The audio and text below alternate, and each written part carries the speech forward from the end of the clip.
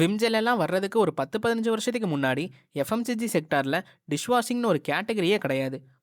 முன்னாடி இருந்த மக்கள் எல்லாமே அவங்களோட பிளேட்ஸை க்ளீன் பண்ணுறதுக்கு சாம்பலை யூஸ் பண்ணிட்டு இருந்தாங்க.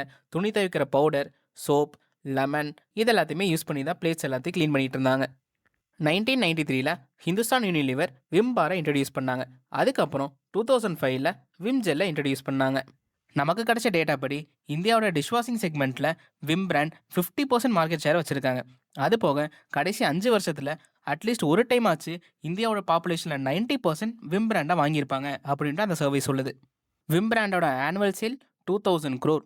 ஸோ இங்கே ரியல் கொஸ்டின் என்ன அப்படின்னா, விம்ஜெல் எப்படி இந்த அளவுக்கு சக்ஸஸ்ஃபுல்லாக ஆனாங்க அப்படிங்கிறத தாண்டி எப்படி அவங்க மக்களோட பிஹேவியரை சேஞ்ச் பண்ணாங்க, அவங்களோட ப்ரைசிங் ஸ்ட்ராட்டஜி என்ன, எந்த அளவுக்கு அவங்களோட டிஸ்ட்ரிபியூஷன் பவர் இருக்குது அப்படிங்கிற கம்ப்ளீட் டீட்டெயில்ஸ் இந்த வீடியோவில் பார்க்கலாம்.